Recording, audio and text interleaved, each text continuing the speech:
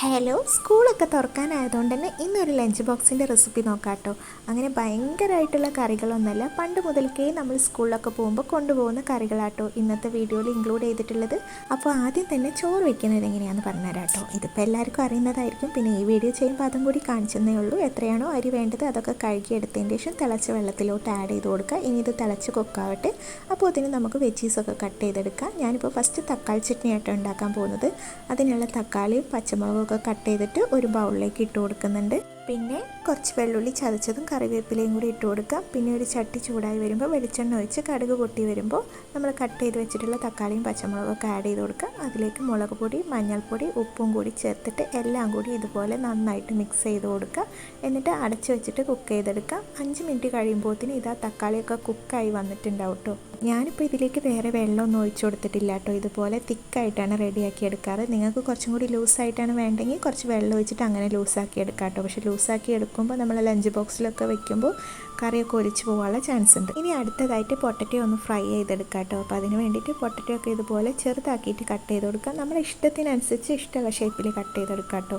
റൗണ്ടായിട്ട് cut ചെയ്ത് കൊടുക്കുന്നവരൊക്കെ ഉണ്ട്, പക്ഷേ ഞാൻ ഈ ഒരു രീതിക്കാണ് എപ്പോഴും കട്ട് ചെയ്ത് കൊടുക്കാറ് കേട്ടോ. ഇതാണ് ഒന്നും കൂടി പെട്ടെന്ന് കുക്കാവലും പിന്നെ കഴിക്കാനും ടേസ്റ്റ് എനിക്കിതാ തോന്നിയത് കേട്ടോ. ഇനി ഇതിലേക്ക് കുറച്ച് മുളക് പൊടി ആഡ് ചെയ്ത് കൊടുക്കാം. എരിവിനനുസരിച്ച് ചേർത്ത് കൊടുക്കാം കേട്ടോ. എരിവൊക്കെ കഴിക്കാൻ ഇഷ്ടമില്ലാത്തവരാണെങ്കിൽ ഈ സ്റ്റെപ്പ് അങ്ങ് സ്കിപ്പ് ചെയ്തിട്ട് മഞ്ഞൾ ഉപ്പ് ഇട്ടിട്ട് മാത്രം ഫ്രൈ ചെയ്തെടുത്താൽ മതി. ഞാനിപ്പോൾ ഇതിലേക്ക് മുളക് പൊടി, മഞ്ഞൾപ്പൊടി, ഉപ്പ് പിന്നെ കുറച്ച് വെള്ളുള്ളി ചതച്ചതും കൂടി ചേർത്തിട്ട് നന്നായിട്ട് മസാല പുരട്ടി എടുത്തിട്ടുണ്ട്. ഇനി പാൻ ചൂടായി വരുമ്പോൾ കുറച്ച് എണ്ണ ഒഴിച്ചിട്ട് മസാല പുരട്ടി വെച്ചിരിക്കുന്ന പൊട്ടറ്റോ ആഡ് ചെയ്ത് കൊടുക്കുക. അതിൻ്റെ മുകളിലായിട്ട് കുറച്ച് കറിവേപ്പിലയും കൂടി ചേർത്തിട്ട് നന്നായിട്ട് മിക്സ് ചെയ്ത് കൊടുത്തിട്ട് അടച്ച് വെച്ചിട്ട് കുക്ക് ചെയ്തെടുക്കാം. 5 മിനിറ്റ് കഴിയുമ്പോൾ പൊട്ടറ്റോ ഒക്കെ ഇവിടെ കുക്കായി വന്നിട്ടുണ്ടാവും. ഇത് ഇങ്ങനെ തന്നെ നമുക്ക് ഫ്ലെയിം ഓഫ് ആക്കിയിട്ട് അങ്ങനെയും സെർവ് ചെയ്യാം. പക്ഷേ ഒന്നും കൂടി മൊരിപ്പിച്ചെടുക്കുമ്പോഴാട്ടോ ടേസ്റ്റ്. ഞാൻ അതുകൊണ്ട് ഓപ്പൺ ചെയ്തിട്ട് ഇതുപോലെ ഒന്ന് മൊരിപ്പിച്ചെടുക്കുന്നുണ്ട്. ഇനി വെണ്ടക്കുപ്പേരി ഉണ്ടാക്കാൻ വേണ്ടിയിട്ട് വെണ്ടക്കയൊക്കെ കട്ട് ചെയ്തെടുക്കുന്നുണ്ട്. പിന്നെ ഉപ്പേരിയൊക്കെ നമ്മളെ ഇഷ്ടത്തിനനുസരിച്ച് മാറ്റം വരുത്താം കേട്ടോ. പയറാണ് ഇഷ്ടമെങ്കിൽ അത് കട്ട് ചെയ്ത് കൊടുക്കാം, അല്ല ബീട്രൂട്ടാണ് വേണ്ടെങ്കിൽ അതും കട്ട് ചെയ്തെടുക്കാം കേട്ടോ.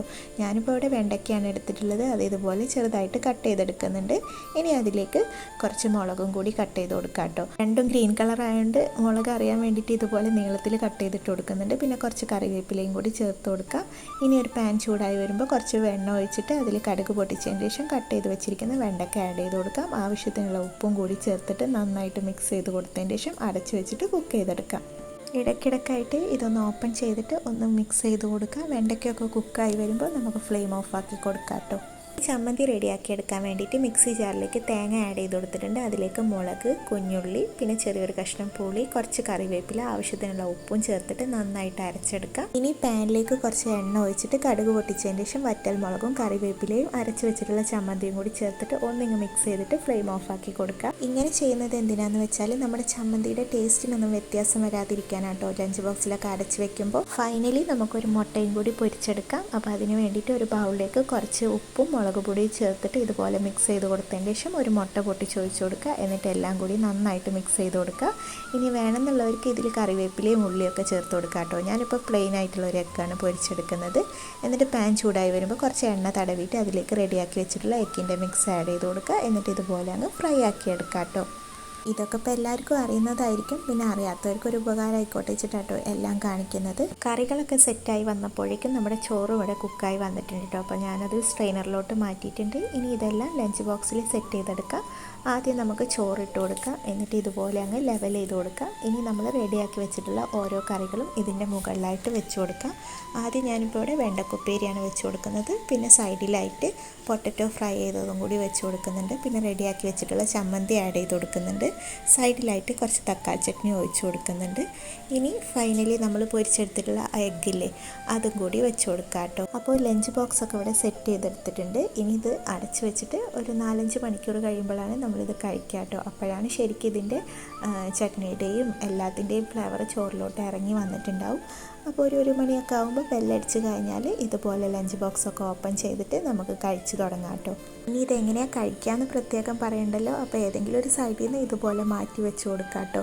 ഞാനിപ്പോൾ ഇവിടെ എഗ്ഗ് ഇതിൻ്റെ മുകളിലോട്ടായിട്ട് വെച്ച് കൊടുക്കുന്നുണ്ട്. എന്നിട്ട് ചോറും ഉപ്പേരിയും ചട്നിയും എല്ലാം കൂടി കൂട്ടിക്കുഴച്ച് കഴിക്കാൻ പോവാട്ടോ. അപ്പോൾ ചട്നിയൊക്കെ ഇതുപോലെ ചോറിലോട്ട് അങ്ങ് ഇറങ്ങി വന്നിട്ടുണ്ട് കേട്ടോ. നല്ല ടേസ്റ്റാണ്. ട്രൈ ചെയ്ത് നോക്കാൻ ഞാൻ പറയുന്നില്ല, കാരണം എന്താണെന്ന് വെച്ചാൽ ജൂൺ സ്റ്റാർട്ട് ചെയ്തല്ലോ.